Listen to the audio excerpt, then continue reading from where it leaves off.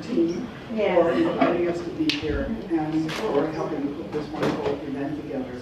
And to our Romero team, who has been working on a tour of both Oregon and California.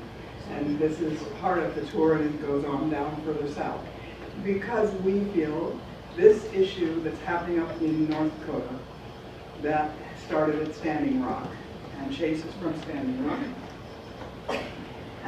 is important not only to the Lakota people, it's important to each and every one of us.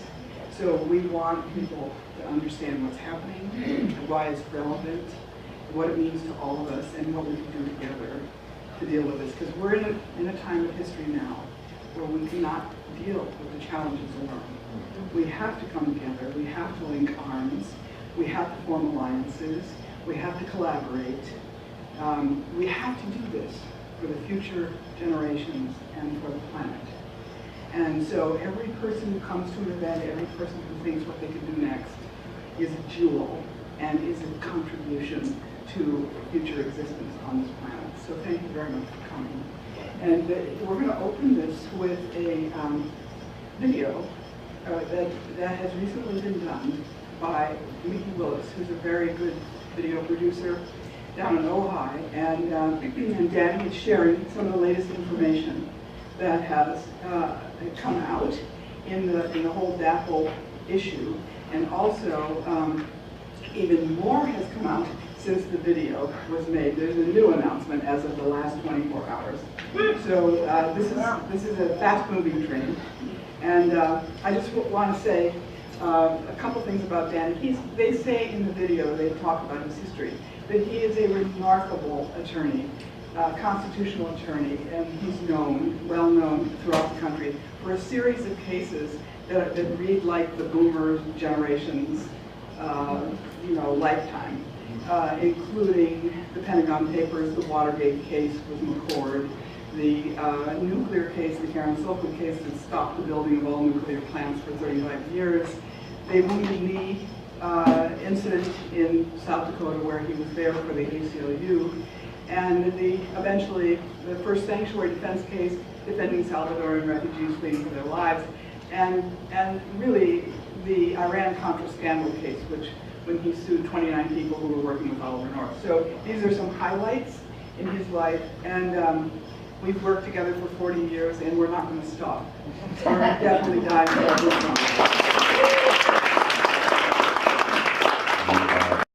You are an attorney, a civil rights activist for decades. If you could just give us the highlights of some of your accomplishments. I'm a graduate of Harvard College and Harvard Law School, did my master's work and PhD work at the Harvard Divinity School, and was the founder of the Harvard Civil Rights Law Review. I was co-counsel for the Native American Rights Committee during the Wounded Knee occupation. I was also counsel for the New York Times in the Pentagon Papers case, and I was chief counsel in the case that initiated the investigation of the Iran-Contra off-the-shelf enterprise. I also did the Karen Silkwood case that stopped the construction of all private nuclear power plants in the country since 1979. I know that from experience, from being on the ground with you at Standing Rock, there was a great deal of service that you contributed to that movement, and you still are. Yes, that's right. Because it's not over yet. It's not over. Let's talk about that. And now a major development in the long-running standoff over the Dakota Access Pipeline. Celebrating an unexpected victory. The Standing Rock Sioux tribe has won a major legal victory in federal court, which may have the power to force the shutdown of the $3.8 billion Dakota Access Pipeline. A federal judge in Washington, D.C. ruled that the completion of that pipeline had been illegal because they had not, in fact, covered a whole lot of the issues on the environment that needed to be protected. Also, the company had lied and prepared a completely false report suggesting that there was going to be no disparate impact on a racial minority group because they completely excluded the entire Great Sioux Nation of people from their test. So that what that's done is it's verified the position that was being taken by the water protectors, that this is illegal. So they were right the whole time. They've been right the whole time. 5 years ago, this was the focus of Tiger Swan's business, working as a government contractor in places like Iraq and helping train military and law enforcement personnel. But a growing threat to corporate America created a new opportunity, and former Delta Force Lieutenant Colonel James Reese, the company's CEO and co-founder, took advantage of it. we've moved almost 50% of our business away from federal government work towards the corporate world.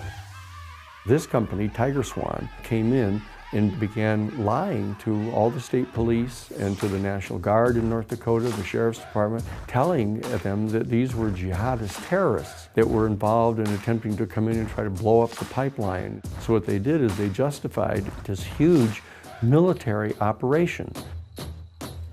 They've been pepper spraying, they've maced, they've tasered, they've thrown percussion bombs and smoke grenades at us. There were police officers filming this, laughing as human beings were being attacked. And now the internal documents are starting to come out showing what this plan was on the part of Tiger Swan. Turns out that they're trying to frame this entire thing as a demonstration now of how you deal with people who publicly protest the oil corporations, when all it is peaceful protesters. Dakota Access Pipeline. Protesting the fact that Donald Trump had intervened and ordered them to allow the pipeline to be built. Turns out that Donald Trump was a partner in Energy Transfer Partners. Also Rick Perry, whom he appointed to be the Secretary of Energy. Governor Perry has deep ties to the fossil fuel industry, including serving on the corporate boards of both companies behind the Dakota Access Pipeline. Both companies are owned by Texas billionaire Kelsey Warren. Once he takes over January 20th, what are the prospects? Oh, it's 100%. 100% that the easement gets granted and the pipeline gets built. The president-elect has holdings in Warren's company, and Warren donated $103,000 to Trump's campaign. This is a capture of an entire administration by the petroleum industry. So that's what we've stumbled onto here, is we've discovered that this was a huge mobilization to try to give themselves more business. The fact of the matter is this particular pipeline isn't going to provide one single drop of oil to anybody in the United States. This is all being produced to be sold on the international market simply to increase the profits of the stock owners. Let me ask you this, Denny. You've seen a lot of major cases regarding civil rights, and you've won a lot of them.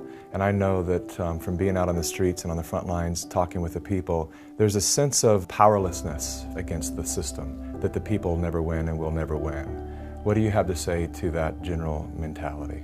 Oh, I believe we can win. I was at the famous Harvard-Yale football game back in 1968. Harvard was down 24 points at the beginning of the fourth quarter. I was thinking that as you were talking, like this is our fourth quarter comeback. That's right. Here. No, this is what it is. We're going to be mounting a major counterattack to show that the property belonged to the Lakota people, that the charges are false, and that our people were targeted by a criminal conspiracy. We're asking everybody to contact the Lakota People's Law Office and to sign the letter asking to dismiss all the charges against all the water protectors, all 800 of them. Instead, sue Tiger Swan and the Energy Transfer Partner and the Dakota Access Partners, who in fact hired these guys. So 2 actions, lakotalaw.org, sign the petition. That's right. This is a call to save our country, to save our planet, where we're going to have an opportunity to set the record straight as to what really happened out there at the Dakota Access Pipeline.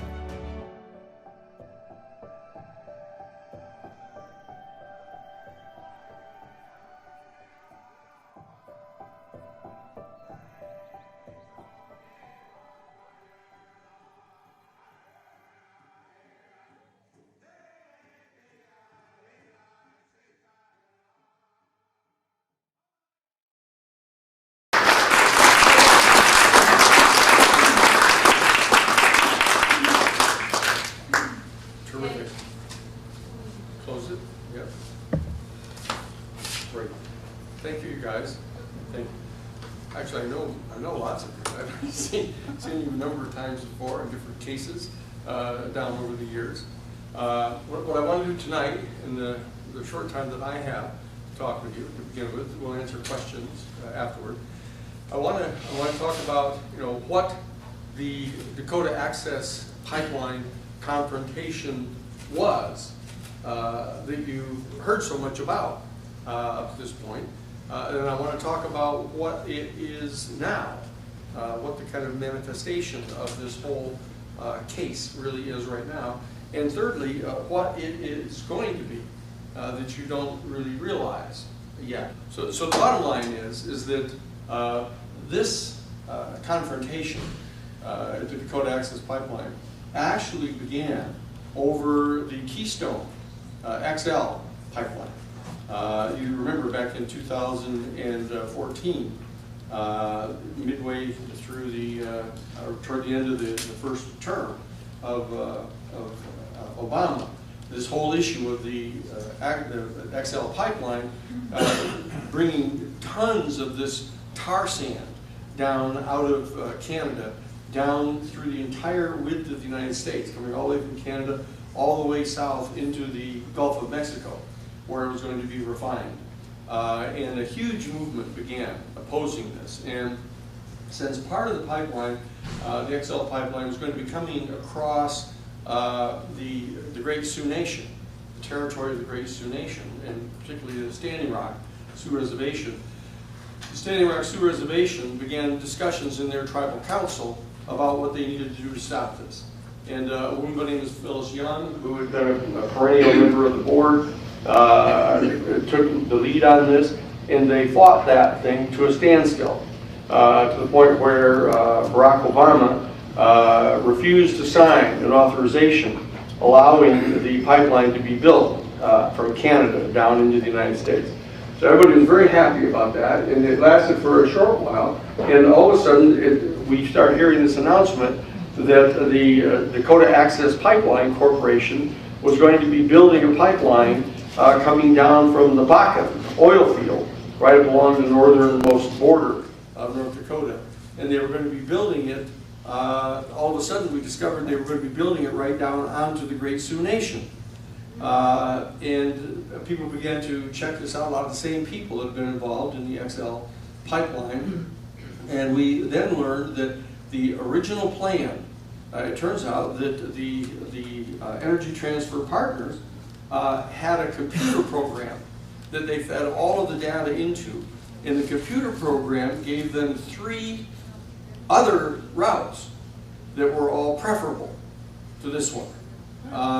And one of them would have gone due east from the Bakken oil fields, and then due south.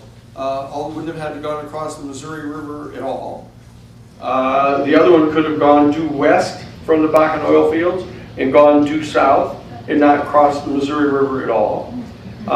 There was a third one that could go 10 miles north of the 92% white community of Bismarck, North Dakota. And in response to a number of public statements that were being made by the members of the white community, the decision makers in the Dakota Access Pipeline Corporation and the Energy Transfer Partners Corporation decided they were going to change the route of the pipeline. And they were going to have it come down directly down to and go under the single source of fresh drinking water for the Lakota people, for the entire Great Sioux Nation. And it turns out that they had, in seeking permission, easements to build this pipeline, they had in fact fabricated an entire study that showed that there wasn't going to be any type of a disparate impact upon any racial minority community, because that was a violation of the Federal Civil Rights Act. Because it turns out that prior to the Federal Civil Rights Act, like 95% of all noxious infrastructures, toxic waste dumps, recycling dumps, sewage plants, pipelines like this, they were all built right through minority communities. President Clinton in 1997 issued an executive order saying that he was having the executive branch at that time interpret the Federal Civil Rights Act as being violated by this process. And that therefore it was presumptively unlawful for one of these noxious infrastructures to be built in a racial minority community.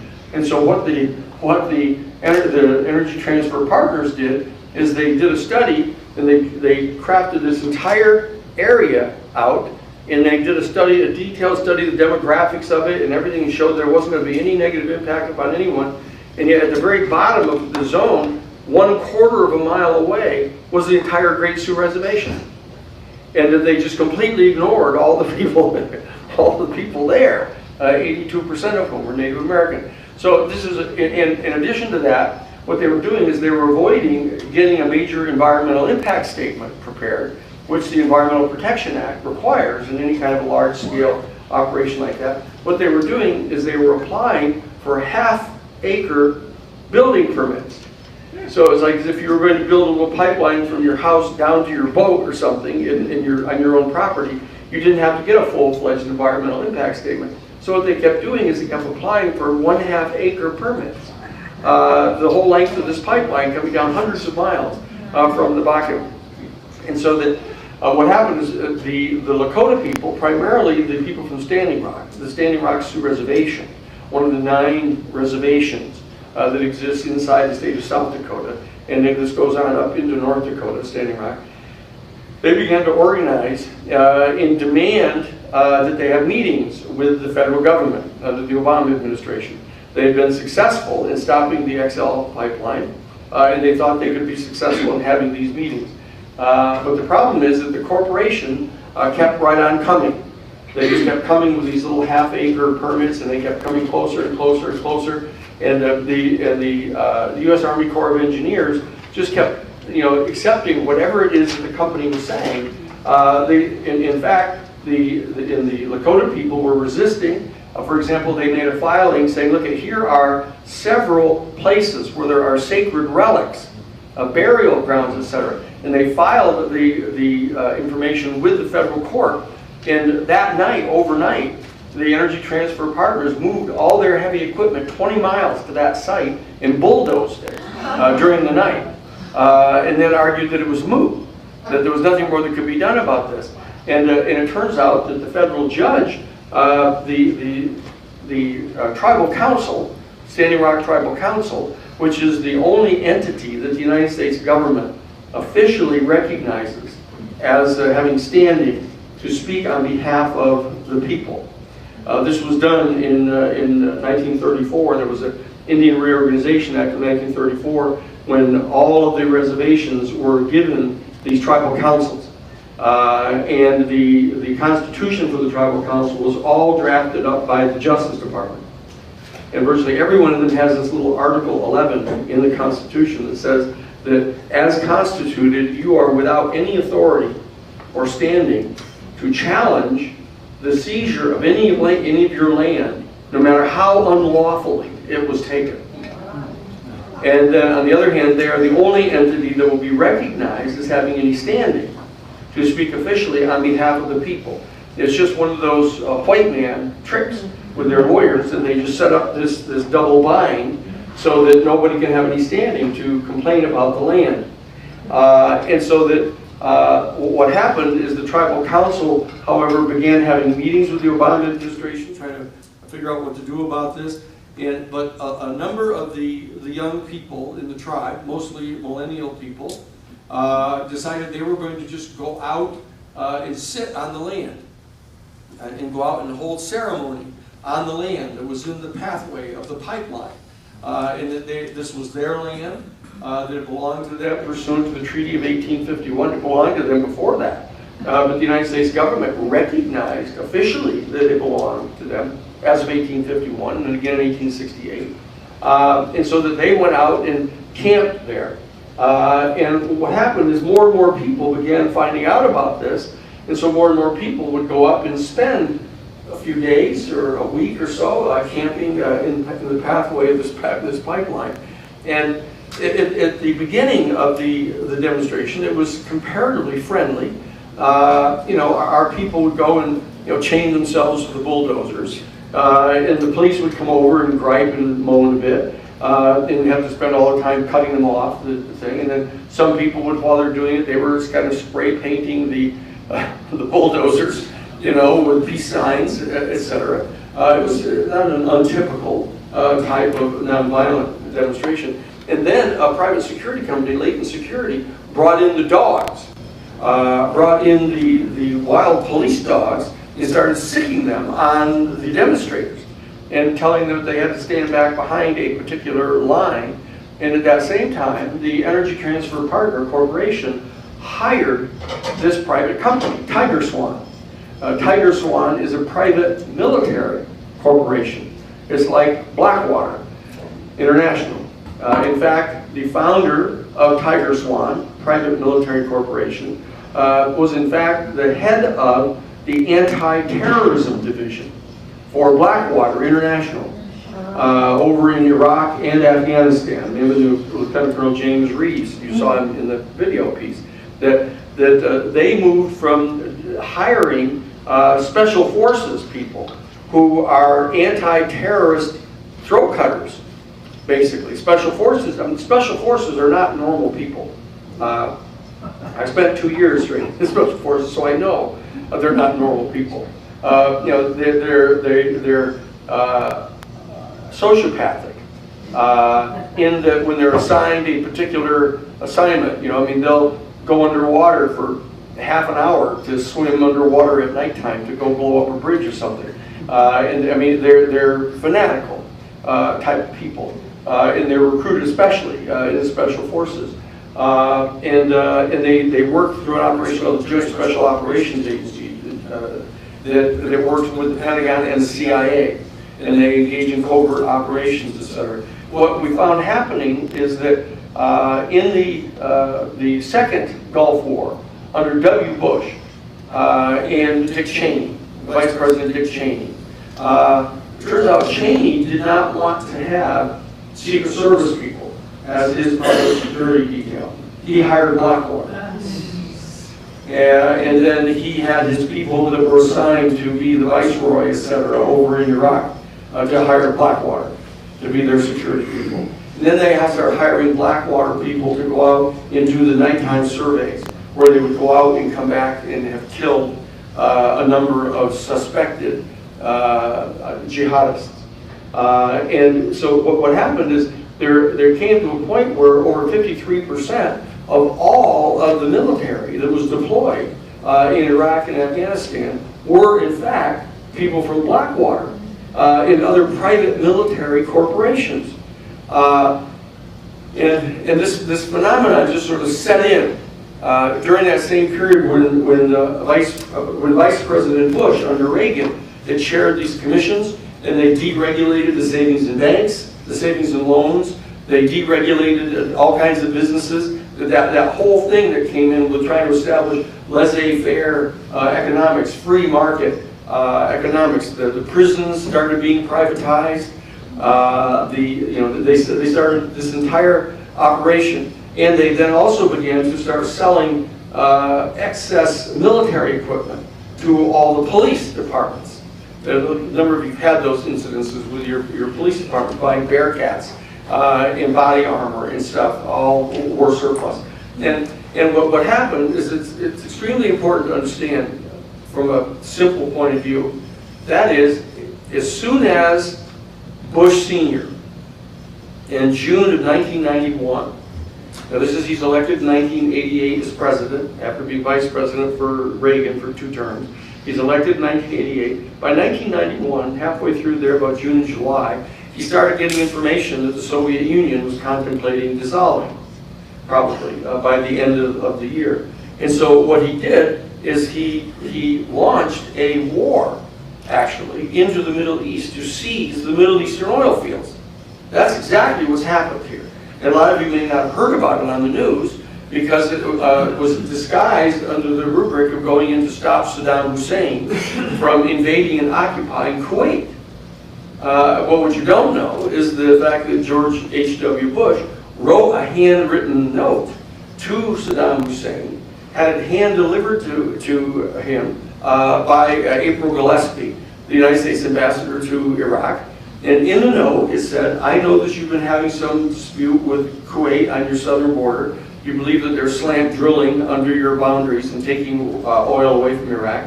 But I just wanted to let you know," since he knew him from when he was the director of the CIA, he said that I just want to let you know that if in fact you found it necessary to resort to the use of military violence against them, that I would not personally view that as being contrary to the long-term best interests of the United States. And so immediately Saddam Hussein mobilized his forces, and they went in. And George H.W. Bush, more specifically Dick Cheney, who was his Secretary of Defense, used that as a justification for moving 250,000 U.S. military personnel into the Middle East, pushing Saddam Hussein back up into Iraq, and leaving him in power, but saying that they had to set up a no-fly zone. And the no-fly zone needed 250,000 U.S. military personnel, full-time, on the ground, in Saudi Arabia, in the middle of the oil fields. Now, to everyone else in the world, that was a pretty obvious invasion and occupation of the Middle Eastern oil fields. But it didn't look like that from the United States point of view.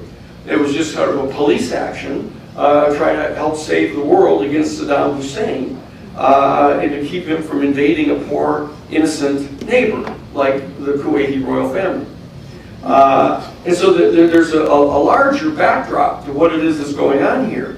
That what we saw happen as soon as the word started getting out that the Soviet Union was going to be backing up out of the 75-year Cold War, the Bush administration, with Dick Cheney as the Secretary of Defense, went into the Middle East, occupied the Middle Eastern oil fields, and basically were reaffirming the renewal of the 60-year exclusive lease agreement that the 7 major Western oil companies, called the Seven Sisters, the Arab American Oil Corporation, had dibs on all of the oil in the entire Middle East. And so what we see happening then, of course, is that various tribes people, from the Taliban to others, to the Islamic Brotherhood, rise up against them and try to drive them out. And they engage in a jihad against them. And they blow up embassies in Africa, and they blow up Marine Corps barracks, and they run, boats into the USS Cole in Yemen and blow a hole in the side of their boat, trying to get them to leave. And so what we do on our side, of course, is characterize them all as terrorists. And that somehow our American interests are being threatened by these jihadist terrorists, who are in fact trying to get us out of the Middle Eastern oil field. And leave their holy lands. And so that what we see descend upon us now is we find ourselves in the full grips of a major kind of anti-terrorist furor that's been going on since 2009. And the right wing of the Republican Party moved to take over the Republican Party after the dissolution of the Soviet Union on December 31st of 1991. They held a whole set of special meetings that following Monday in the West Wing of the George H.W. Bush administration inside the Defense Department, and they prepared an entire United States Defense Department policy planning guidance document. And in that document, what they said, it was under Paul Wolfowitz and Scooter Libby and David Addington, Elliot Abrams, and a number of others that were in the meeting. But they put together a 1992 United States Defense Department policy planning guidance document that said, look, now that the Soviet Union has dissolved itself, and we remain the one single superpower on the entire planet, a lot of people are going to try to have us cutting back on our military budget. But this is not the time to do that. The time is now to increase our military budget so that we can establish full spectrum dominance over every square foot of the planet, so that there's not a single place that can resist our military force if we choose to use it. Okay? That was the 1992 United States Defense Department Policy Planning Guidance document. The purpose of that entire endeavor was to, quote, maintain the continued privileged access to the strategic raw materials needed by the United States. Okay, straightforward. Henry Kissinger, Gov 10180, at Harvard. I took the course, so you can see his fingerprints all over that. So that's what we're really dealing with here. And now what has happened is the efforts to try to stop the pipeline with the demonstrations, the people sitting and praying, it all worked. As a matter of fact, on December 4th of 2016, the Obama administration Justice Department, the Bureau of Indian Affairs, the Department of Interior, they all sat down and wrote opinion letters that it required the undertaking of a full-scale environmental impact study before the pipeline could be lawfully finished. And what happened is they just pressed right forward in the face of that, because they knew that in fact that Hillary Clinton had lost the election on November 8th, and that Trump was coming in. And what happened is, even though they had issued the requirement for a full-scale environmental impact study, and the Justice Department had supported that, as soon as Trump got into office, he just unilaterally reversed the whole thing. And came in and he said that, look, no matter what the law is, no matter what the environmental issues are, I want you to give that easement. I want you to take a re-look at all the data, and I want you to come up with the opinion that you don't need to have an environmental impact study. And that's what he did, and that's what they did. And the energy partners, the energy transfer partners, kept on building and building and building. So the people, a lot of the people, the Lakota people said, look, this is unlawful, what is happening now. This is without the support of the Obama administration. This is without the support of the Justice Department. It's without the support of anything except Trump coming in, and the day after he ordered the excluding of all Muslim people from the country, basically. The second thing was ordering the Dakota Access Pipeline to be built. And, by the way, the XL tar sands pipeline he has ordered to be built. And as he said, it's not any longer simply to establish energy independence on the part of the United States. It is to establish world dominance in the energy market. That's exactly what he has said now. Because not a single drop of this oil is going to go to anyone in the United States. As I said in the short piece, it's all going down to the Gulf of Mexico. That's what the pipelines are for.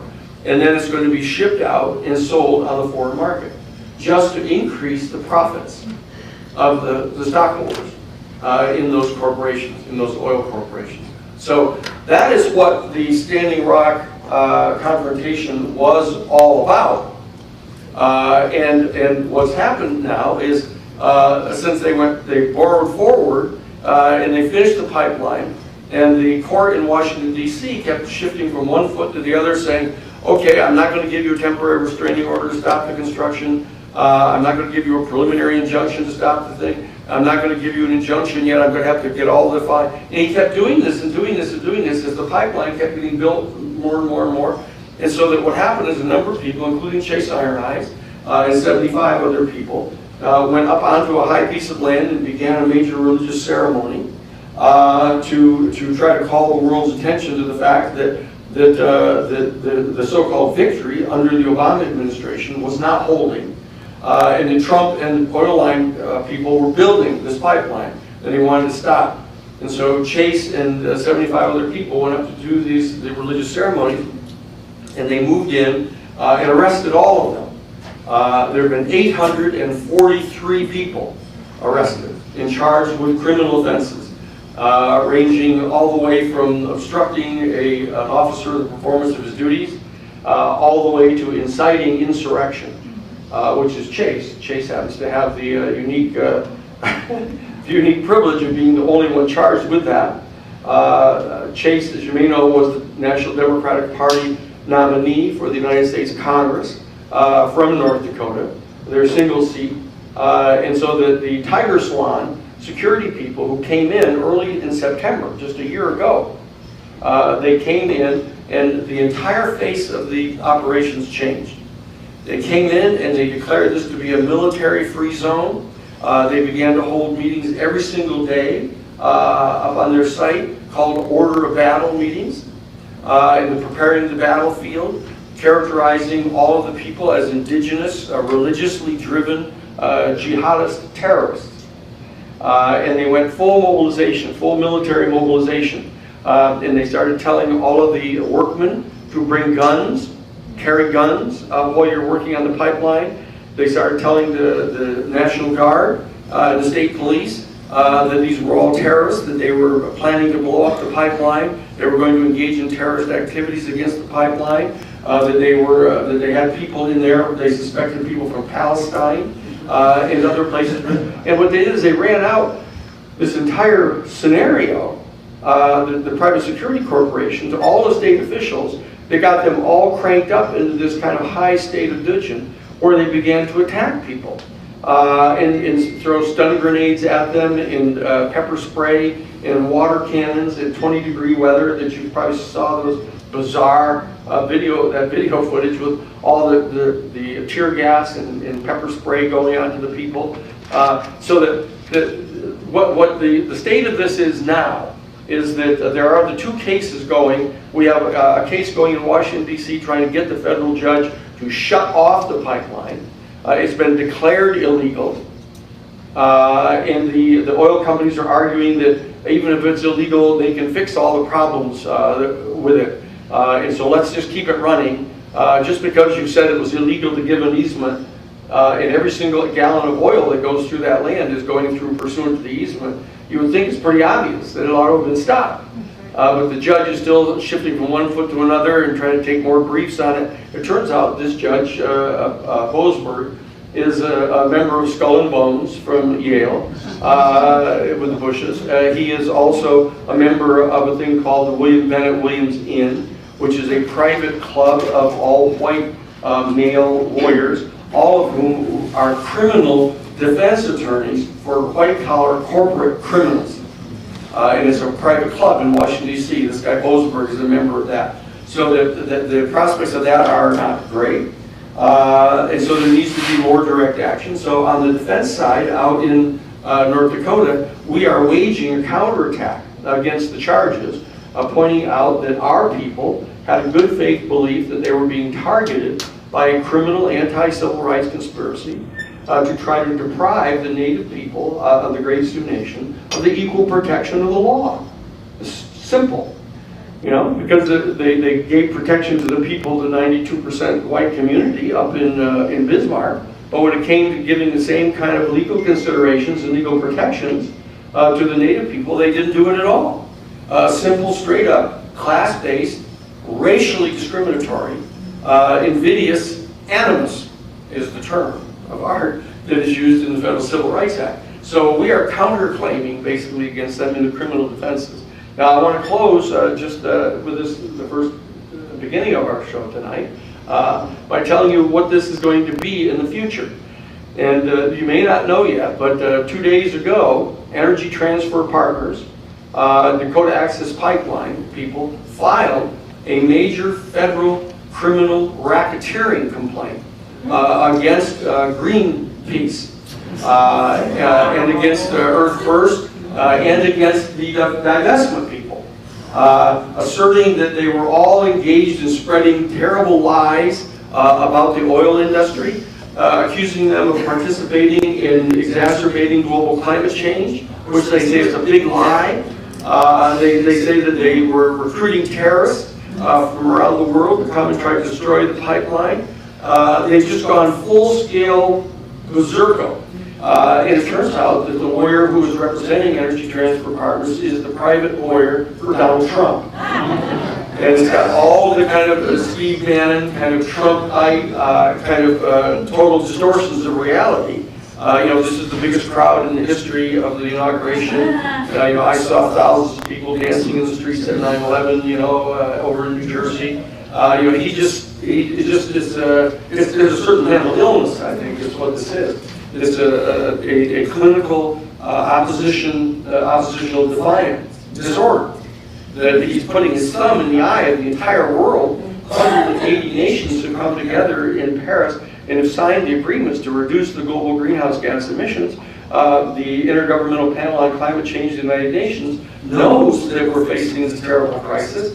People can see it happening. They've got, over in Saudi Arabia, they have 168 degrees the other day. 168 degrees. The Gulf Stream is starting to slow now. They're getting concerned about it possibly dissipating and changing the entire temperate zone of our planet.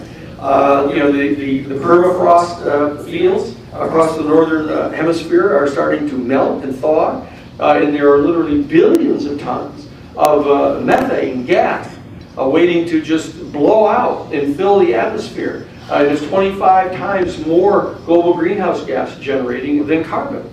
I mean, This is a massive crisis that we're confronted by. And in addition to all of the other insanity of this administration, which I'm sure we all acknowledge here, is this thing where they're just going to pour right to it to increase the development of petroleum. And he's now issuing executive orders opening up all the Indian reservations to oil drilling and coal mining, uranium mining for the nuclear power plants. He wants to build more nuclear power plants, and he's now opening up the federal parks for oil drilling. And also both coasts and the Gulf Coast reopening, building brand new oil platforms. Not because there's an energy crisis in the United States, not to establish energy independence. He's dropped that one entirely. But in order to establish major domination over the entire energy market in the world and have it be fossil fuel. This is satanic. This is diabolical. This is insane what's happening here. The point of the spear is in Standing Rock. That decision that he made the second day in office to order those pipelines to go forward, those pipelines have to be stopped. Those pipelines represent the template for the administration, for the petroleum industry to show what it is they can do in defiance of the entire world. And the people have to take a stand, And it's not over. This is not over. We're in court with them out in the Dakotas. I'm going to work to try to get the people who are representing Greenpeace and Earth First and the other groups to counterclaim in the lawsuit that's been filed against them, the Racketeering, Influence and Corrupt Organization Act lawsuit filed against them. In closing, I'll just say that I drafted and filed the most effective RICO case ever filed in the United States against the off-the-shelf enterprise of Oliver North. We ran those guys into the ground. I know what a RICO looks like, and this is total baloney. This suit they got. Their lawsuit is basically one of libel and slander. And the great thing about a libel case is the defense is truth. And so we have an opportunity for going in there to establish what the truth of the matter really is. They put all of those issues on the line. How would you like to be a lawyer and have the opportunity to go up against the petroleum industry of them asserting that it's a lie to say that they're contributing to global greenhouse gas change?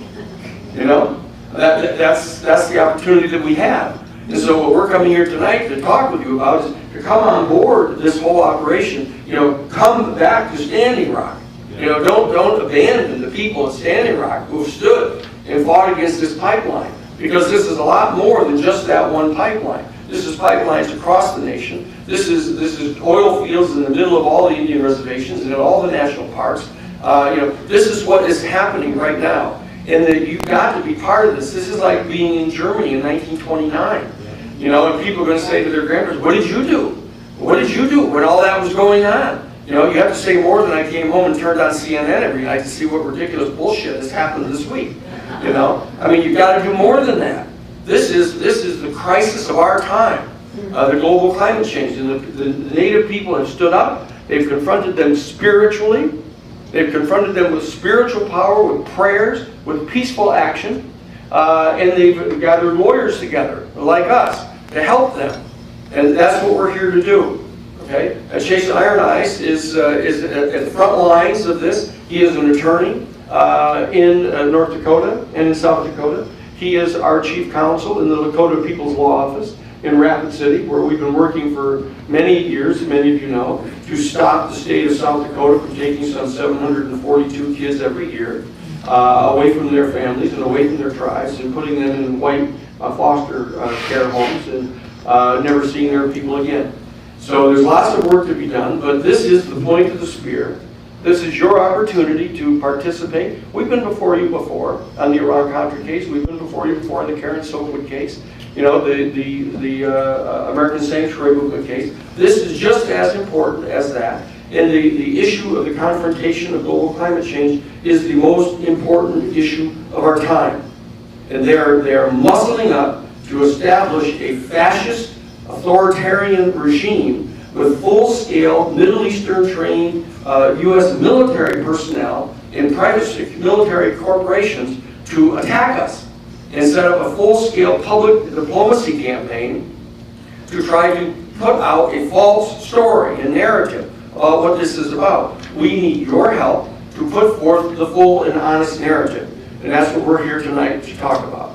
And this is Chase Iron Eyes.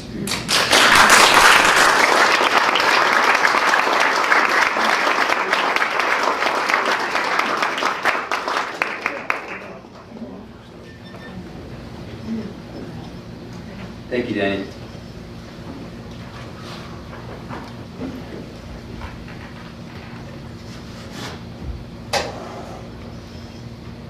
That was a great video, by the way. That's like the second time I've seen that video. It's just so, it's well done. And, you know, what happened at Standing Rock is very, we're so close to it that sometimes it's hard to see the victories that have come from Standing Rock. Unprecedented spiritual unity and international, a living international spiritual monument that lives in our hearts and in our minds. If any of you were there, which everywhere I go, everywhere I speak, somebody was there, or they were connected to it early in the fight, and were able to pay attention through independent media or even just social media. Just you think about it, it's just a person. It's just another human being that was out there that happened to be at the site of the struggle. And it's no accident that the site of the struggle is the confluence of two rivers. Because not only to the Lakota, but to many cosmologies or cosmovisions, maybe what somebody like Joseph Campbell would call mythologies, but what we just simply call knowledge. Water is sacred. Water is life. It's not just a mantra. It's a very real connection that the original peoples, the original nations, as it pertains to this hemisphere, the original civilizers of this hemisphere, have been able to keep those sacred covenants alive through a very concerted, very deliberate effort to erase those connections. And interestingly enough, maybe synchronistically enough, because of the pipeline fight, where many different people were able to transcend some of the things that we interpret as differences, and which are differences, but the things that we were born into, like our language, our culture, perhaps our worldview, maybe I don't want to use the word metaphysics, but I'll use that word. The way that any given human group interprets or perceives their place in the universe. There are many things that, of course, that we are born into, and then there's these other things that are purely human constructs, like race, for instance, like religion, like concepts like white people, concepts like Indian people, or black people. What I was able to learn at the pipeline fight and in my recent travels, Danny doesn't look like it, but we've been out in the woods for the last, I don't know, it seems like forever. We've been living like dust mites out there. It's so dusty out there, but it's been great. It's been part of the solar eclipse journey. but it became very clear to me that when we use the word indigenous people, and that particular word it's an international legal term of art, but in our minds, we have built up this dynamic, and we think of indigenous people as a sort of, maybe we might use a word like tribal.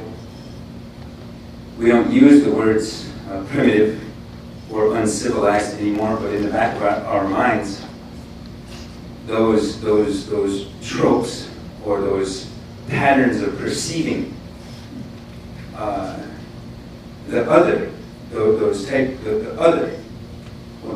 I grew up in American civilization right along with you, so I'm very familiar. I grew up on an Indian reservation. I put quotes around those terms because we consider it a homeland, a native nation. I grew up there, and so I've been able to, through my educational journey, be able to kind of deconstruct those concepts that are they're at play all the time. We don't even realize it. We don't really appreciate it. But the pipeline flight and my travels have very, very much empowered me to see that we are all united, that at one time or another, everybody in this room carries their bloodline. And those bloodlines descend from original peoples, original nations that had these cosmologies, that had sacred relationships with the land, with sacred sites, with water, with the cosmos. We all descend from traditions that had or still have these ceremonies, these protocols. Again, what a brother like Joseph Campbell would call rituals. I like Joseph Campbell. I don't know if you guys had a chance to read him, but he's a good guy. I thought he was still here with us when I read those books. But I say all that because we really are in this fight together. Even at Standing Rock, just to give you a bit of my personal context.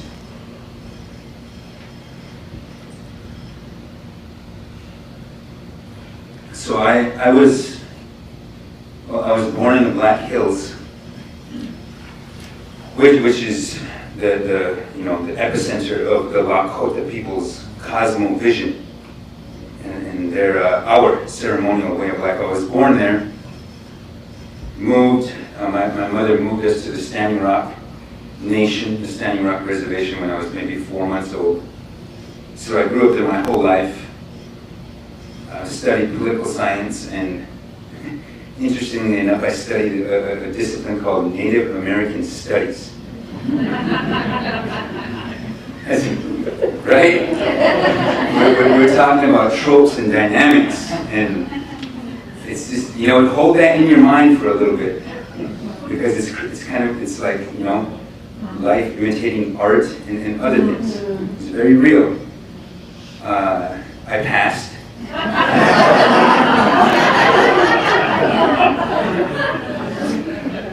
Then I moved back in with my mother for a bit, and I ended up going to law school in 2004,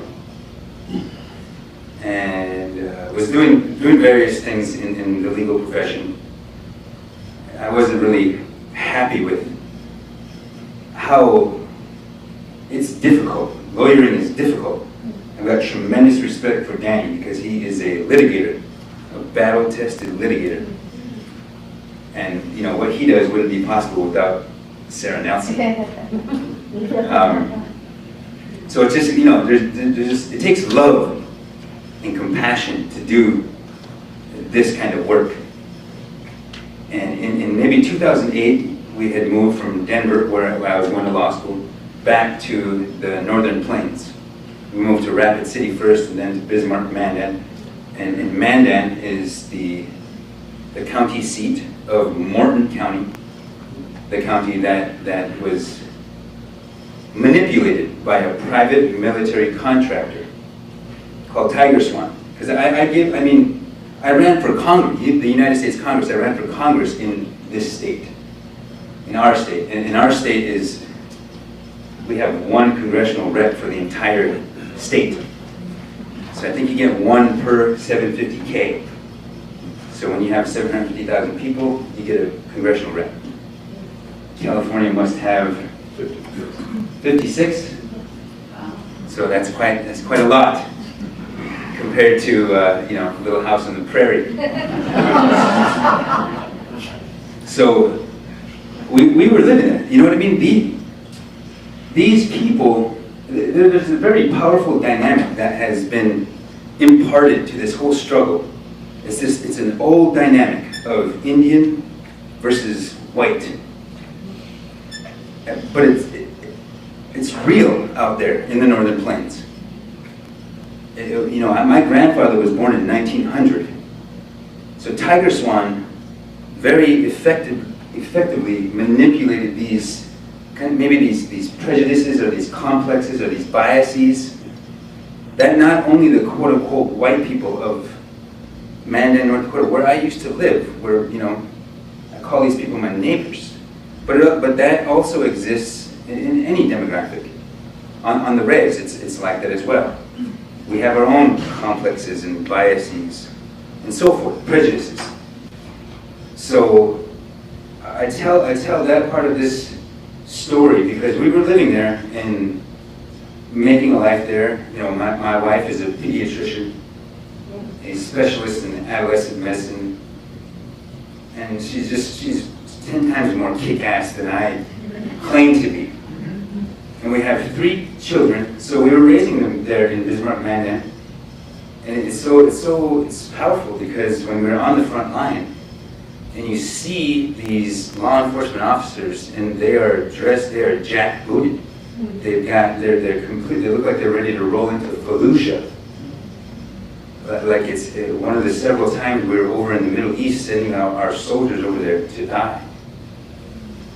For what my brother thought was freedom, what he thought was justice and equality and those sorts of things. It turns out it was for Dick Cheney's oil profits. And it still is. But when we were on the front line, I would look across the front line and see law enforcement officers, and 3 different times I saw people that I knew, people that I considered friends, people that I played basketball with at the local YMCA organization.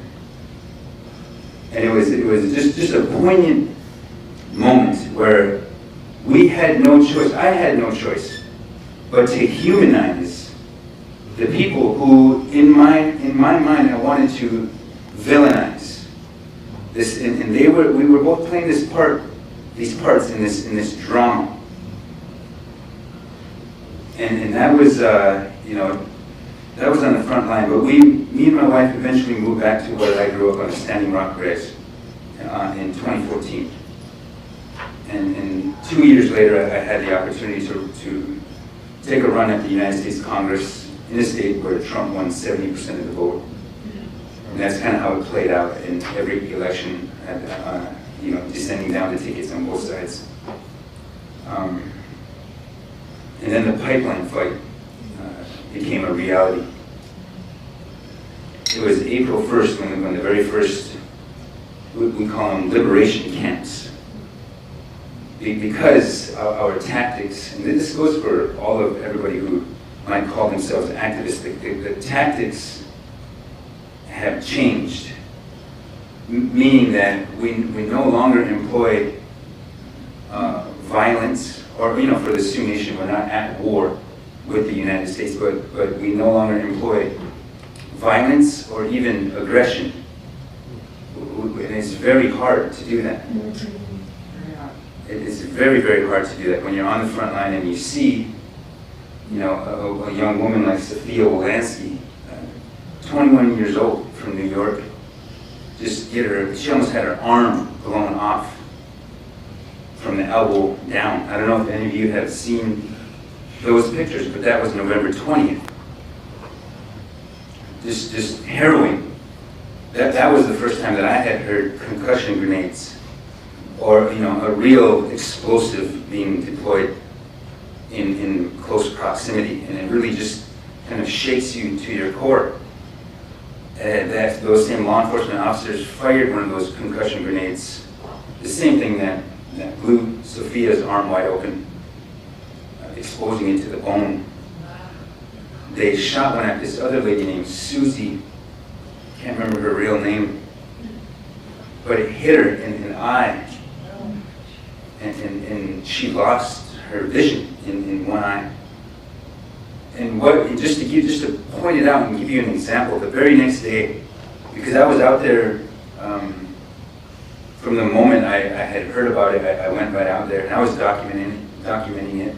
This is where they deployed those water cannons on people in sub-freezing temperatures. It was like 24 degrees and 32 degrees out there is very, very cold in North Dakota. It's like the tundra out there. But the very next day, we read the news. And North Dakota is a very small state, so mainstream media is dominated by pretty much one media organization. And in those press releases are statements from Morton County, the North Dakota law enforcement officers saying, the sheriff saying, we only used water hoses to put out fires that had been started by the protesters. That was one claim. The other claim was that we did not deploy any explosive devices. And luckily, there existed in real time, and there still exists now, video evidence that just flat out refuted and negated their claims. And I couldn't believe it. It was probably before that. I don't know when Tiger Swan very first got involved, but they got involved somewhere early in there. It was clear that they were writing these press releases. They were handling this fight as a public relations firm might handle the fight. And when I say that the battlefield has shifted, I call it a battlefield because I really, the way that I view it, this is a battle for the heart and soul of our homeland. This is about how the next 100 years are going to look, whether or not we're going to maintain this clash of worldviews where one worldview is stuck in the 20th century. This worldview doesn't want to evolve. It does not want to embrace things like the equal protection of the law or due process or open-mindedness or tolerance or unity or regenerative economies or sustainability or renewable technologies, like compelling. That's why the state exists, to compel prosperity and civilization as we are redefining those very terms right now. I mean, it's 2017, and it's like we're still living in a time that right after Rockefeller and Vanderbilt and these people were creating the early Barron state. But I really, like I was saying, it's so close to home because I drive by it every day. And my daughter was very involved in the fight from the beginning. And she saw her mother get arrested. And you have to understand that, again, that Sarah Jumping Eagle, Dr. Sarah Jumping Eagle, who's my wife,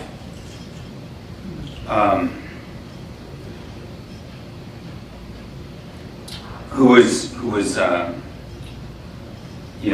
partner in a private medical firm right in Bismarck, Manor, operating in Morton County and in Bismarck, in the capital city of North Dakota, where the original pipeline was slated to go. So she was a very successful member of this private medical firm, and she got kind of burnt out. And there was a moment where she said, you know, we should go somewhere where we're needed. And I thought about it for a little bit, and I said, yes, you know, we should go to like maybe a place like a third world country, you know, where I can help out, I can use my skills, whether that's speaking, writing, or researching, or as a lawyer. And you know, with your healthcare skills, you can uplift the quality of life for somebody in a third world country. Like maybe we should go to Haiti, or we should find somewhere in Africa. And then she was like, you know what, we should probably just go home. And so it just turns out that the universe conspired, because she put out, you know, these feelers to various places, and we went back to Standing Rock, where I had grown up. But then so now she was there initially as a, you know, providing pediatric care. But she moved into the administrative head of the entire medical division of that hospital, our hospital, the only one on the Standing Rock Nation. So she's responsible for the healthcare of the entire nation, the medical response, the emergency room, the nurses, the ambulance, and the whole bit. And she left work early one day. I wasn't there. I heard about it, and she went out to the front line, and in the front line is that line where law enforcement says, look, this is as far as you can go. And it calls into question the extent of our constitutional rights, our rights to speak freely, our rights to speak in public places, as opposed to being corralled and relegated and told that your rights to speak freely extend so far as this little area that we are now assigning and creating for you. The Army Corps of Engineers tried to do this. There were several instances where they were just blatant, just encroaching upon our liberties, not only our natural rights and our birth rights and our treaty rights, but our constitutional rights and our civil liberties. So my wife goes out to this front line, and there's a heavy haul equipment coming in and delivering a backhoe or something. And she's in her lab coat. And it comes up, and the rest of the protesters are inside the zone that the cops said, you know, you guys stay in this little zone, and you can chant your chants and beat your drums as loud as you want and express your opposition to the building of this pipeline, because that's your right. We're just upholding law and order. It's your right to oppose this, and you can express that opposition as loud as you want. As long as it's within this little area right here, then the pipeline is going to be built through this other area, because we define the contours of law and order. And law and order, we found, doesn't serve human beings. It doesn't serve water, it doesn't serve land. It doesn't serve the proper future that we need for our children. It serves capital. And it serves property. It serves currency, big extraction, big finance, and so forth. It's like our democracy has been hijacked. We're living in an altered reality where somebody like my wife is called a terrorist or a jihadist, and somebody like Kelsey Warren or Donald Trump or Rick Perry, who would extract a common resource like oil, like a fossil fuel, bring it up, transport it across another common resource, water, which is sacred, which is also the foundation of all true economic value, would transport it across that river and put it at risk so that my children would be forced to drink cancerous water, and then pipe it all the way down to another water source, another common source that should belong to the American people.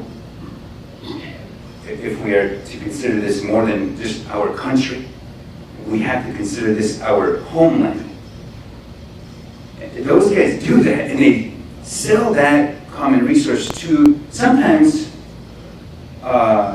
adversarial foreign state actors to line their private personal pocket.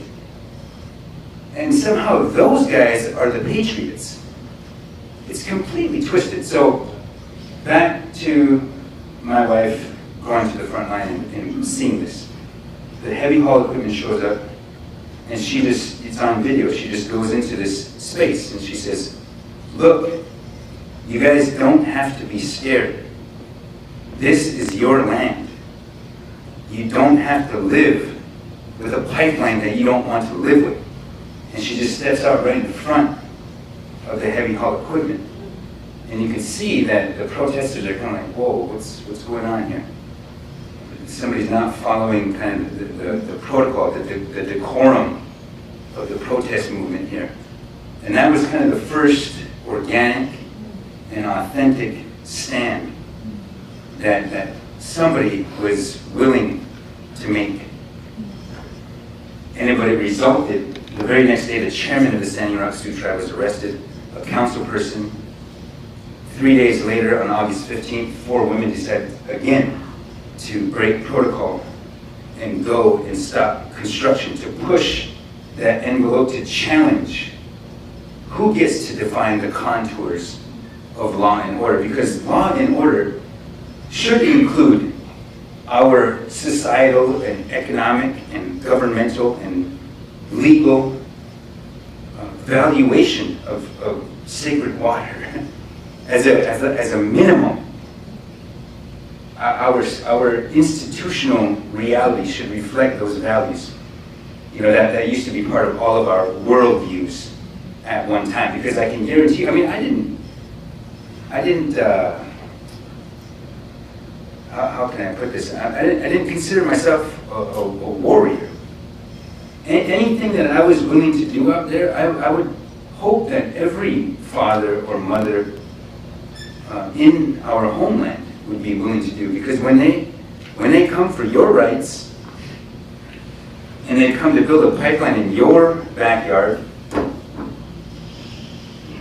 when they transgress or trespass against something that you hold sacred, then you will know how real it is, and just how much erosion looks like is coming for us in terms of our constitutional rights and our natural rights and so forth.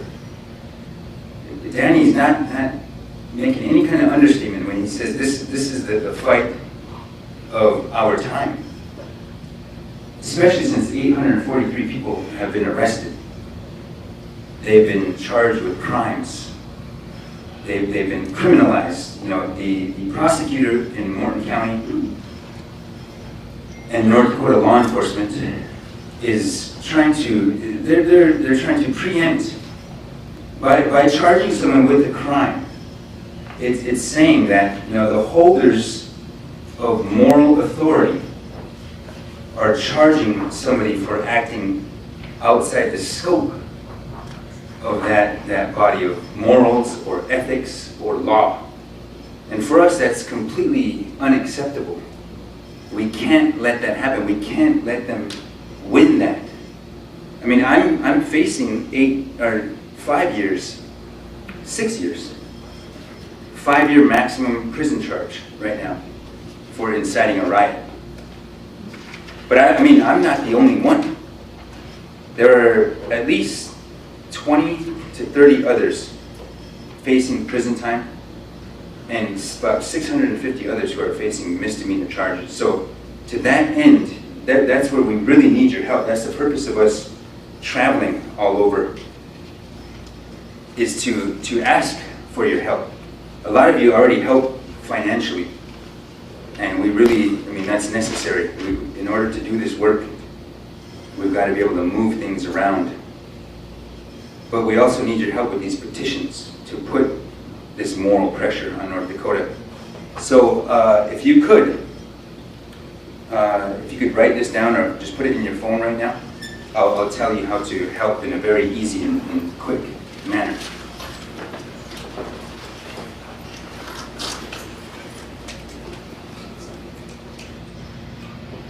And if you have any questions, you can ask our brother Ben, who's in the room, in the back, standing up right there.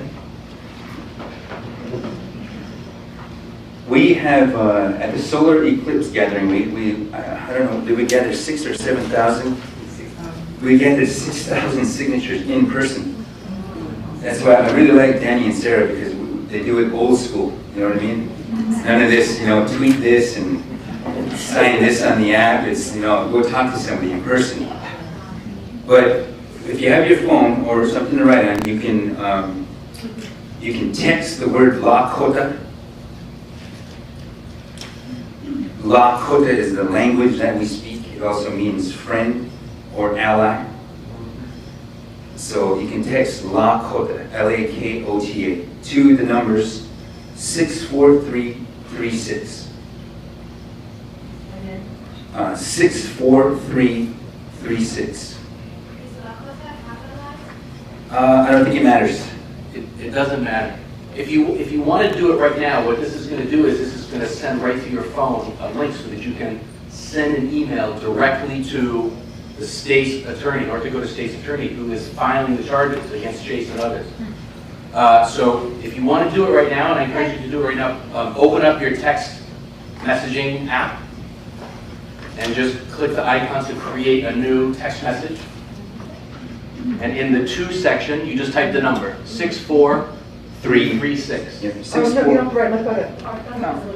Put in the number first. You can put in the number 64336. Yeah. In the to section.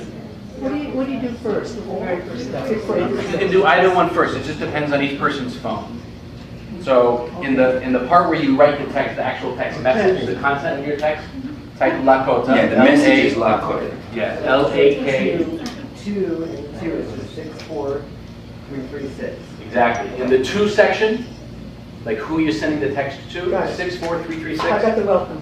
And then in the in the body, you type the word Lakota, L-A-K-O-T-A, and as soon as you send it, you'll get a welcome. I got it. And then just a couple of seconds after that, you should get a link, and you just click that link, and it's going to take you right to a tool that will allow you to send an email directly to the state's attorney who is prosecuting the charges against the, how many is it left? 700? Yeah, almost 700 people still. 700 some people. Awesome. So folks are doing it. Let me, if you are having any difficulty, raise your hand and I can come help you. Now what do we do? So you're going to get a link and you just click that link. And it will open up. And you type in your name, and then you hit next, and then you'll see the message that will get sent, and then you hit submit, and it gets sent right to his inbox. So just put we my know name because here. they've been very frustrated by all the emails that they've been getting. We had over 20,000.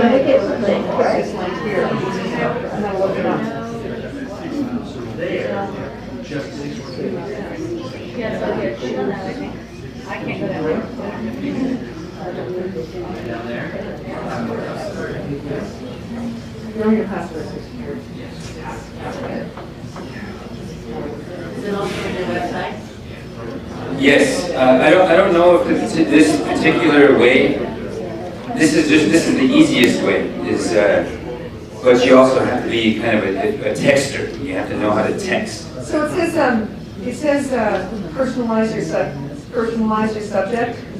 It says drop charges against water projectors. That's enough? Or add something to that? Oh, I don't know, Ben. You don't have to add anything. Yeah, you don't have to add anything. You don't have to add anything. Just go send message. You'll have it. You'll have the message. Will be Yes. there. It says dear elected official. Should I put a name in there? No. We want to make this as few steps as possible. Done. So, thank you. Great. So you just, you know, in the to section, you know, who you would act as if you were sending a text to somebody. You just type in the number 64336. And then the content is just the word Lakota, that's all. So there's a question that's come up after folks are done. Once you hit submit to send an email, you're going to get to a page that confirms, your email has been sent. And if you want, there's a share button there to share it on Facebook to help us spread the word if you're able to do that as well. And so if you hit that button, it'll take you to share it, and you'll have our Facebook page as well. right? That you can like our page and follow what we're doing on social media.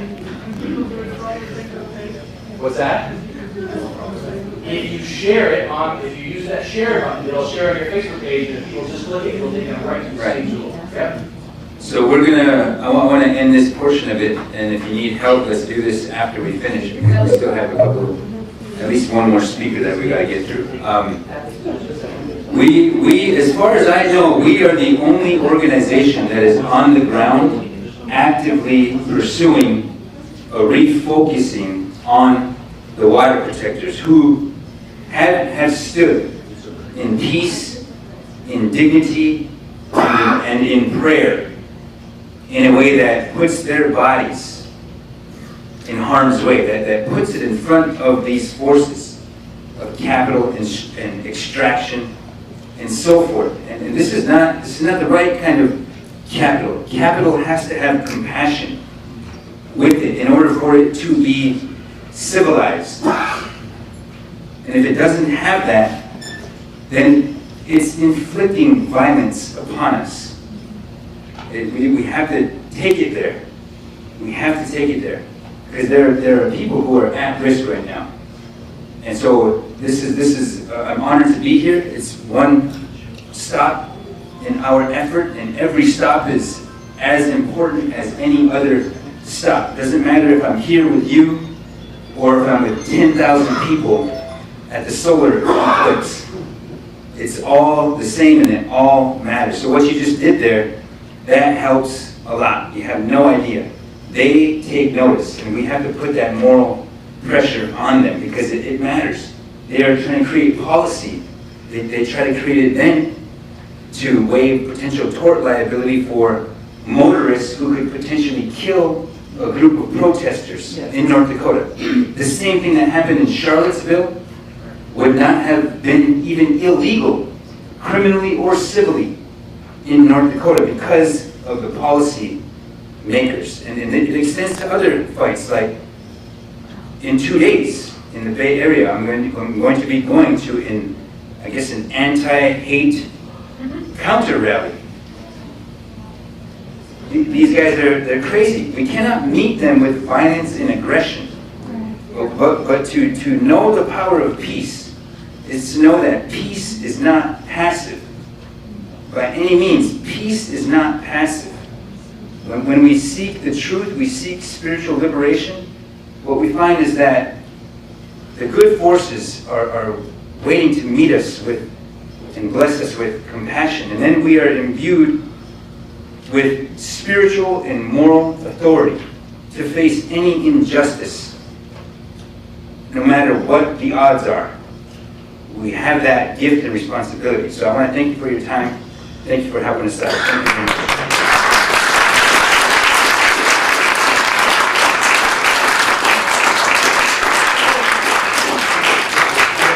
Yeah, well, I'll introduce Jackie. So this is Jackie Fielder. Jackie she studied sociology, among other things. I don't know if you're a double major or not, Jackie. But she is a Stanford graduate. Yeah, and she's bright, she's driven, she is studious, she has done the groundwork for a very tremendous effort that carries the name that she gave it. It's called, and her team gave it. It's called MazaScottTalks.org. She can talk about that, but we're very, very happy, blessed, and encouraged that she is helping us carry this message. And this is Jackie Fielder. Thank you. She's also, she is Lakota and Mandan Hidatsa and Aripura.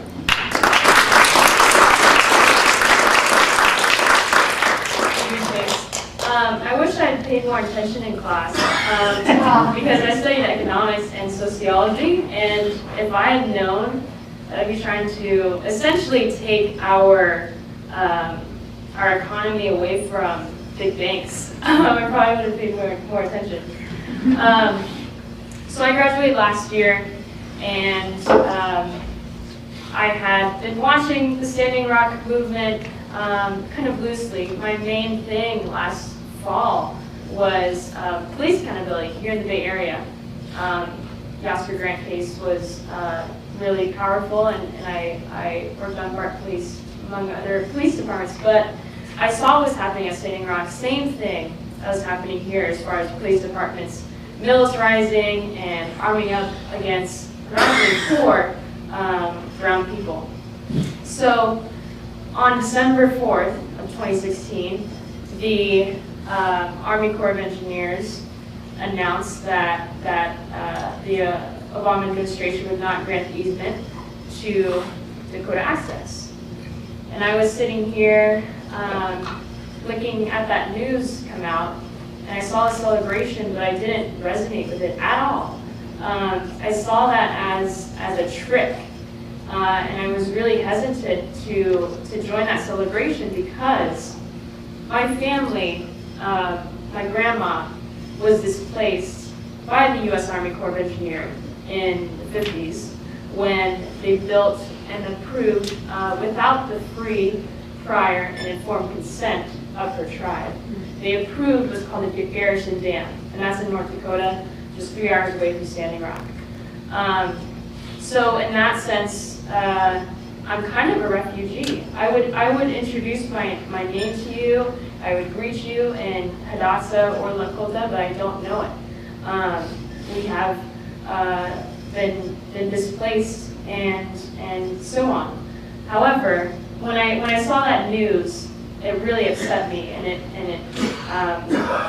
I knew it was part of a bigger plan, obviously, because Donald Trump was going to come in, and he would change it like that. At that time, we knew that he had investments in Dakota Access, and he later claimed that he divested himself of the pipeline, but he didn't provide any evidence. So I was looking to get involved, and I wasn't sure how. I was interested in following the money, definitely. I think that just as a millennial, seeing our country chase after oil, and for me it was 9/11, but way before that, I knew that something bigger was at play here. So I personally owe my existence to the Missouri River. My grandma is a product of that. She swam in it and bathed in it and whatever, and she raised kids around it. And my grandpa as well, who grew up on Cheyenne River, who's the tribe just south of the Standing Rock Reservation, and is also a plaintiff against the Energy Transfer family of companies, because that is their only source of water as well as Standing Rocks.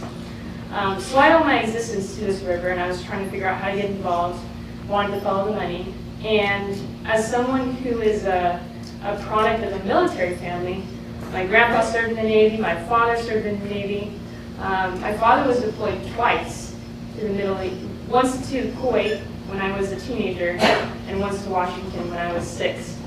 And so I understand the sacrifice that so many military families have made, in what Chase was saying, in the spirit of democracy and equality and justice.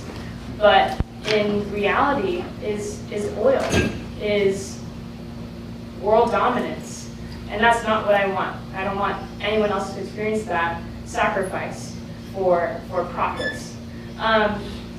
So I saw in February, the city of Seattle was pressured by a group of indigenous activists to divest their entire city of Wells Fargo.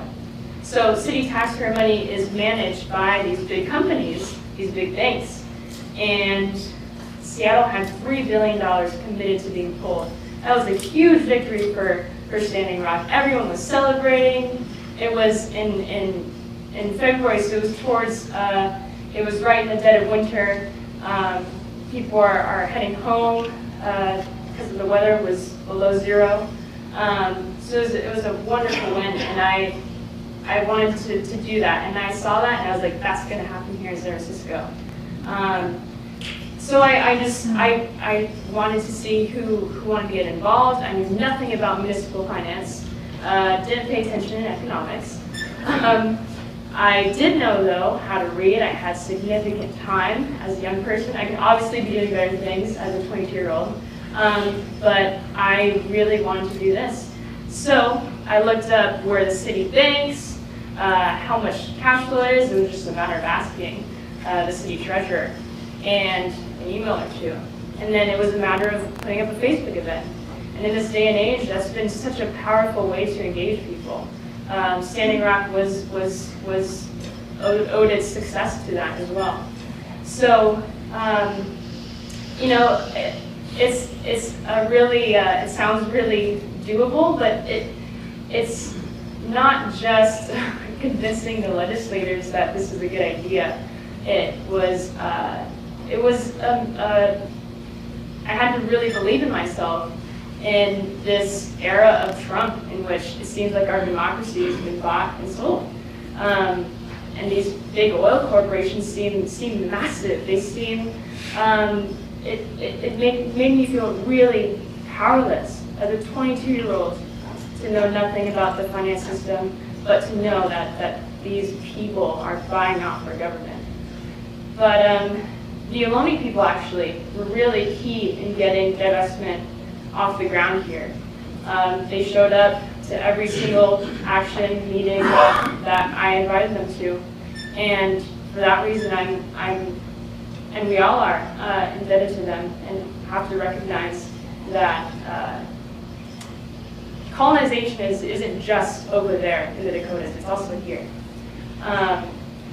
So I really wanted to move the money, but it turns out that's a much bigger task. We got the city to pass a resolution and support divestment in a matter of a month. And it was just because people showed up. It was just 24 people, strangers, complete strangers. I had no organizing experience. We just showed up consistently to these meetings, 7 hours long. We had to wait to be heard. And we just showed up and spoke our piece and said, our city should not be invested in these banks. Our banks should not finance the repression of Indigenous people, should not threaten the water rights of anyone. So we got it, and we got it in a month. And now I've joined forces with the people in Seattle, the Indigenous people in Seattle, to create this umbrella organization. And we're spreading the message of a divestment across the country. Anyone can do it. And we need every single organization, institution to divest themselves.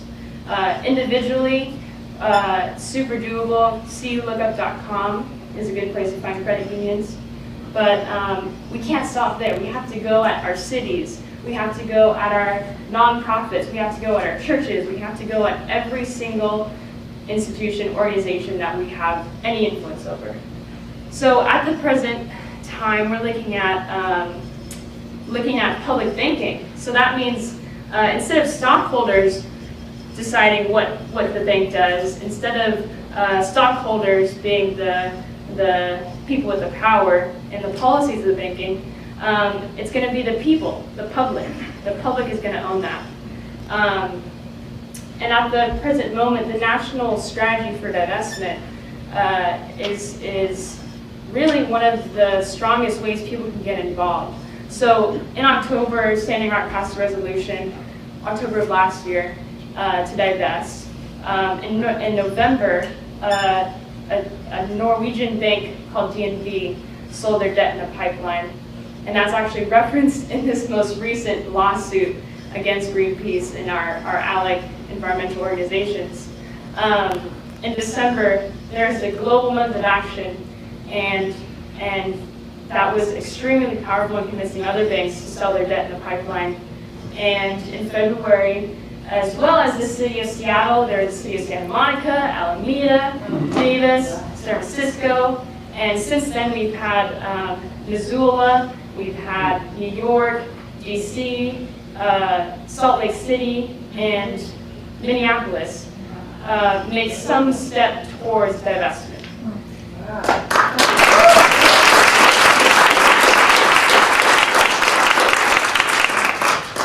So I was actually at the annual shareholder meetings for Citibank and Wells Fargo.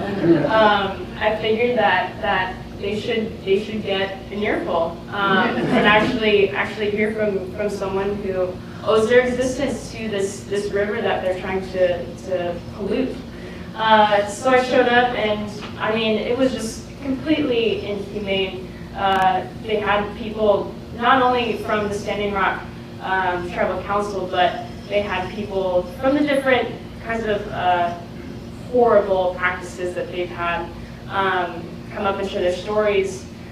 One woman lost her house in the foreclosure crisis, and she had Alzheimer's, and the CEO and the chairman were like, "Oh, we're really sorry, we'll make it up to you, but please see a representative in the back." And they never talked to her again.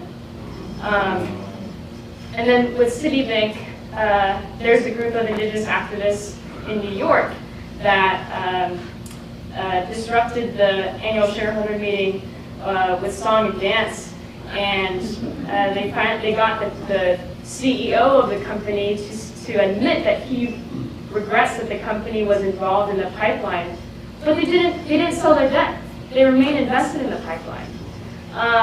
In June of this year, U.S. Bank announced that they would no longer contribute to the project-level financing of pipelines. However, they continue to finance the corporations. No longer, it's like if a bank decided not to fund, not to buy cigarettes, but they will still give money to whoever is buying cigarettes. You know? So at the present moment, we're completely done with Wall Street. We need to completely move our money locally, invest in affordable housing, sustainable green energy.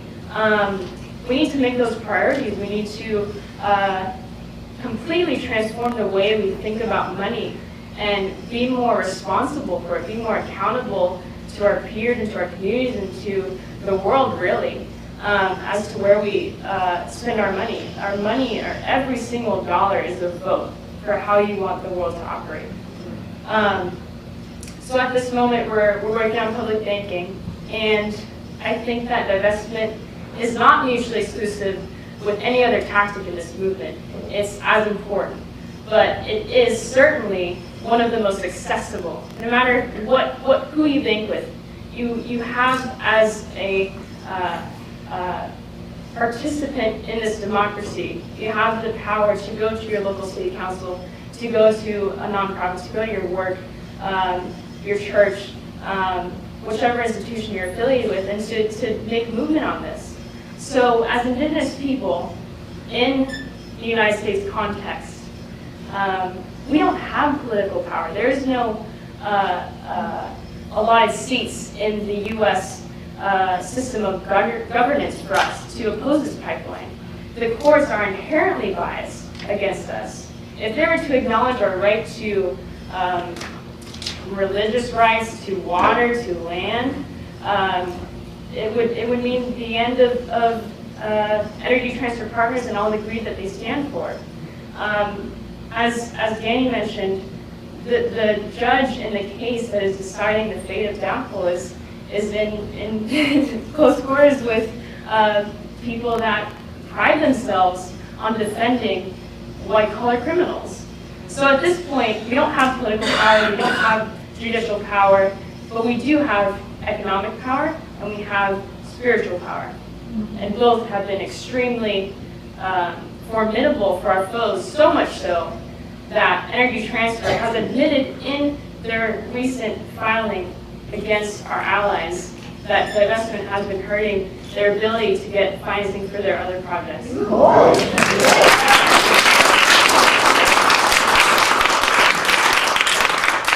So don't stop at your personal account. Continue to pray, obviously. Continue to bring the fight home. But we need to just completely drain our foes of their resources, which at this point is money. And we need to place each other and the water before profits. I'll turn it over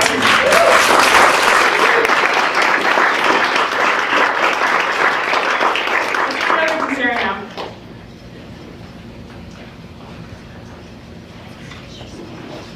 Thank you. That was really exciting.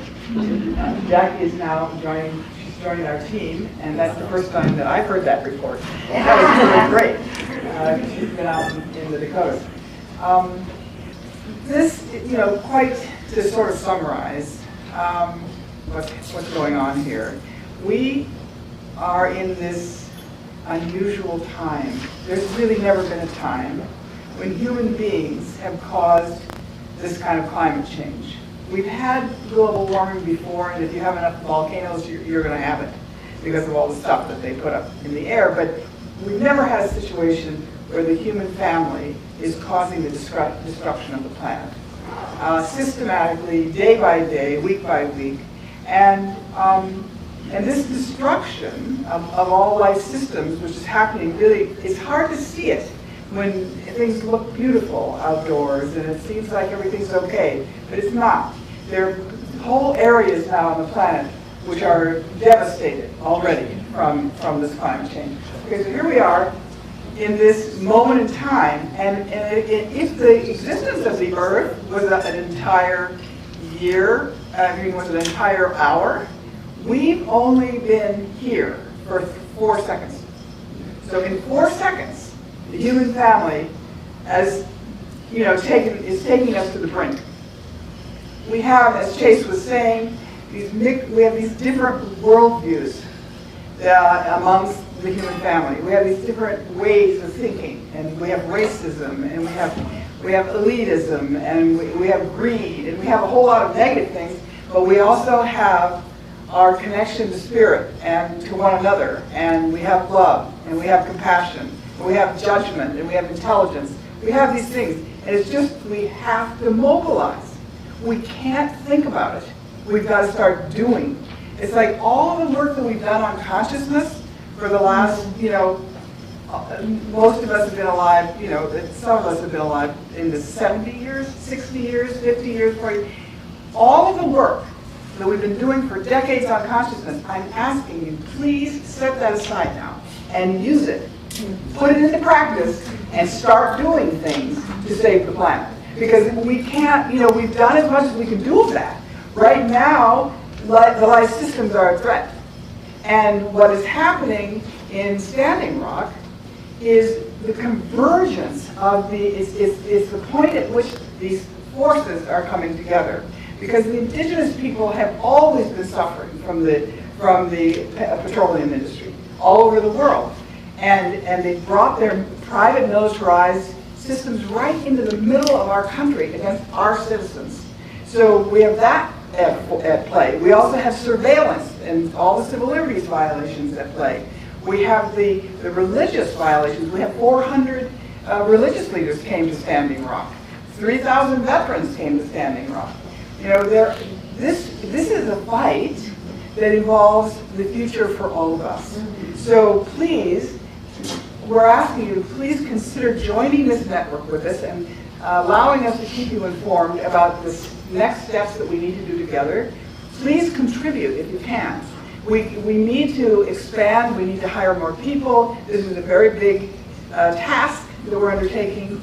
We're not only working on the problems in North Dakota, but we're working on the solution in our 3 counties of putting in renewables, because we believe you have to do both now. We have to bring down the emissions by putting in the renewables, and we have to confront the fossil fuel industry and say no to them.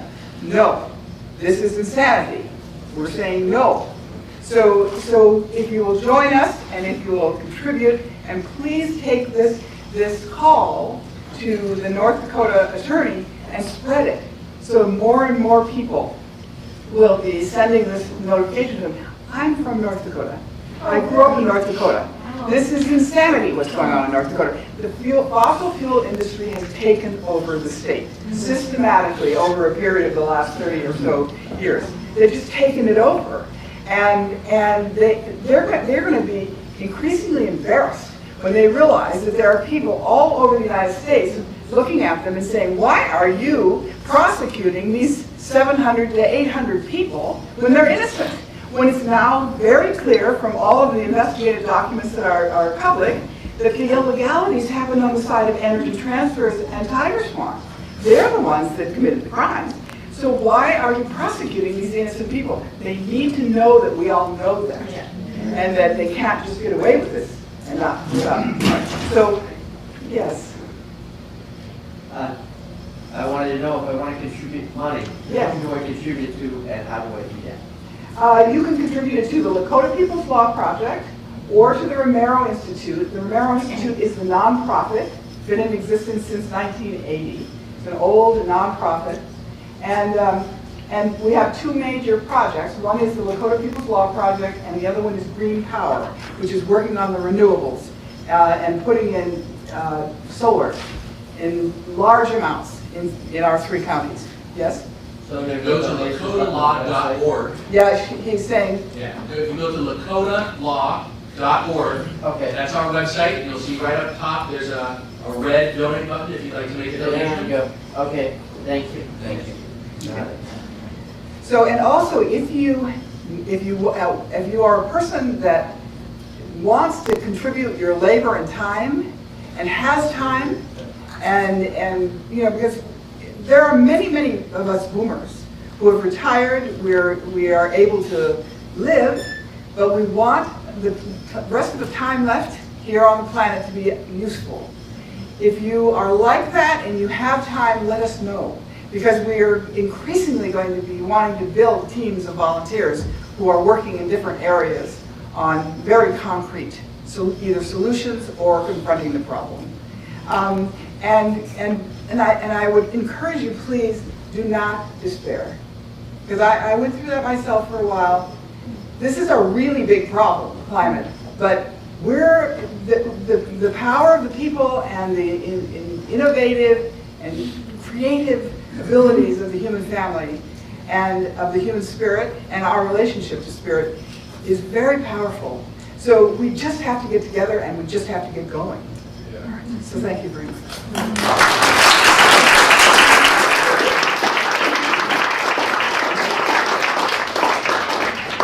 If anyone has any questions, please come to the mic.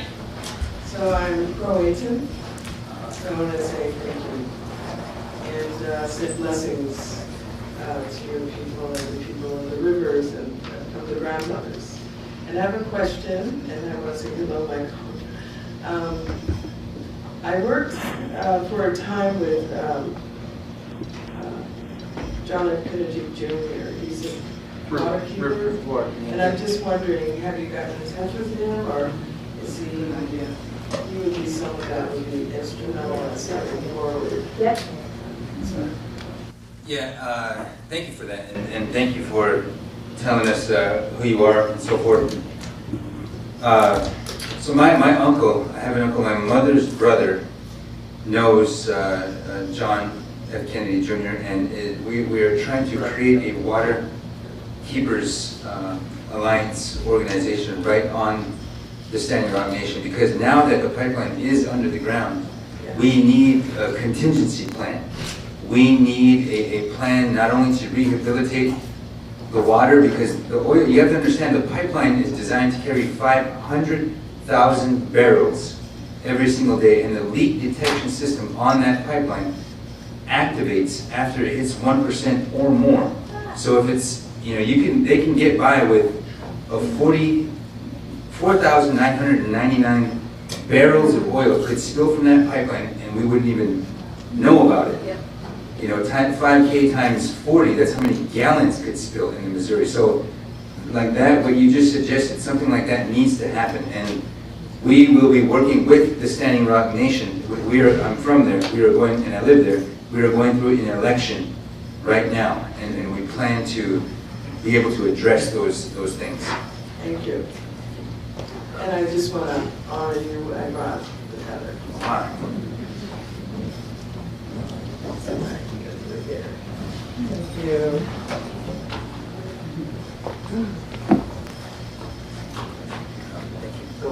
Yeah, I'll wear it.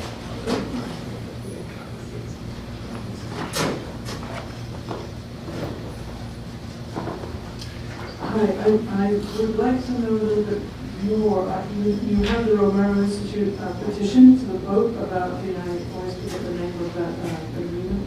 The Doctrine of Discovery. Right, the Doctrine of Discovery. Can you explain just a little bit more about that? And because in my relevant experience, nobody is talking about that. It seems like so essential that, and I think it's going over people's heads.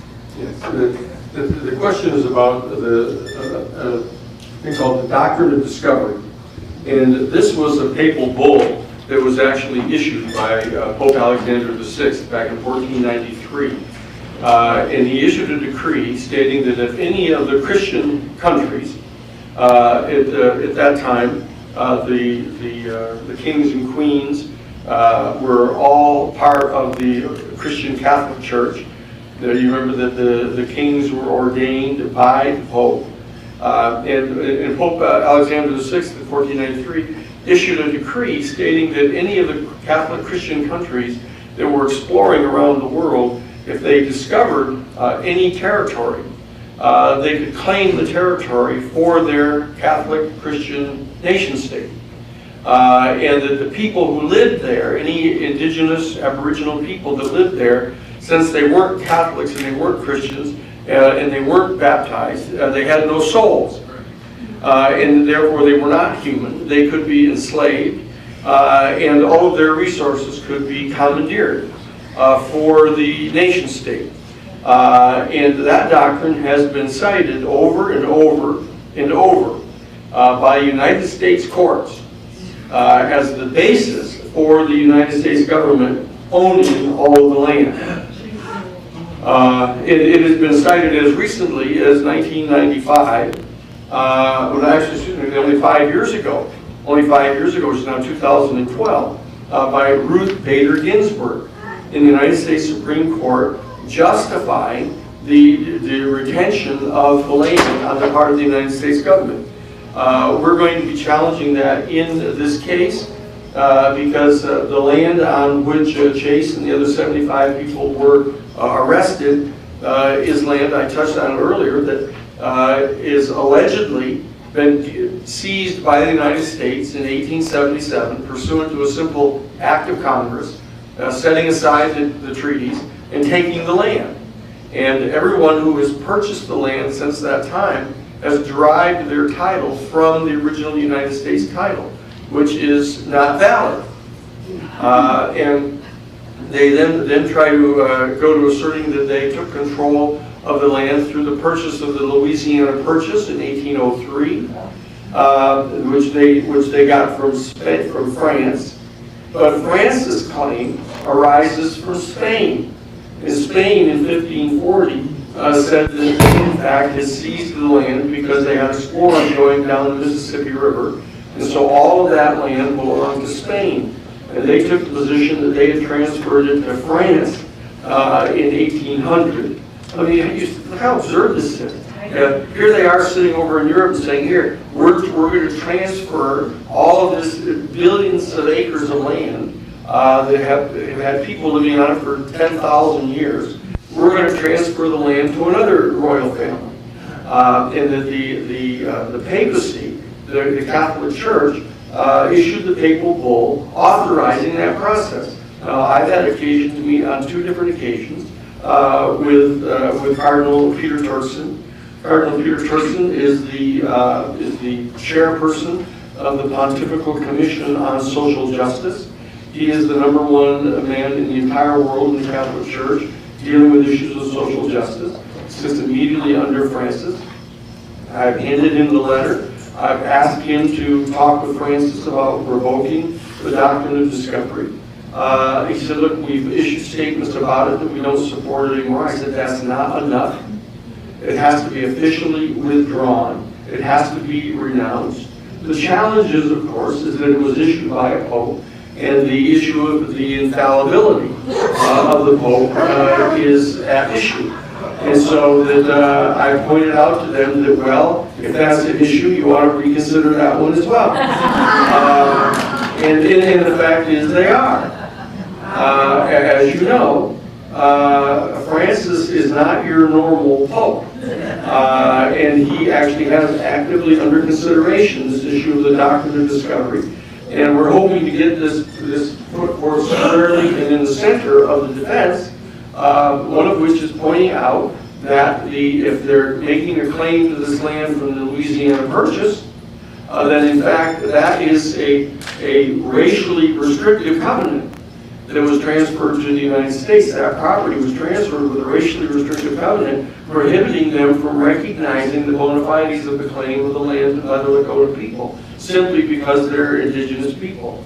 So there's a series of important, fundamental issues. The reason that the Christian Institute and the Romero Institute, that we've done the cases we've done down through the years, which is raised all the way from the Pentagon Papers case to the Watergate burglary to the Karen Soakwood case and the others, is because we recognize that there are these profound and fundamental principles that if you can succeed in getting them postured in a way in the court system where there can be an official resolution of these things, and you can mobilize enough people behind it, our system will in fact yield. They will yield to the fundamental principles that they've articulated in the Constitution, they've articulated in the Declaration of Independence, they've said it over and over again. And if you can have an adequate number of people mobilized, we can get these principles made real. And we can get this doctrine of discovery set aside, and we can get the people to support the Lakota people.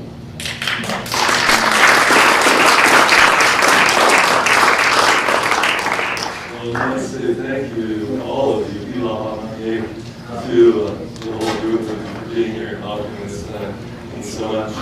I wanted to ask, I had friends from my region also from California come back who were having lung problems and sprayed with a toxic material. And I wonder if any of you knew anything about this and what it might have been that created this order. I don't know. I have not seen evidence of a certain chemical being used that were sprayed, but things were definitely sprayed out there. There were drones at night. It was like a war zone out there, and there's a lot of psychological operation going on, a lot of intimidation, because when you hear helicopters and fixed-wing aircraft and you see them all the time, they would follow us when we deliver winter supplies. They would follow us from the camp to our warehouse.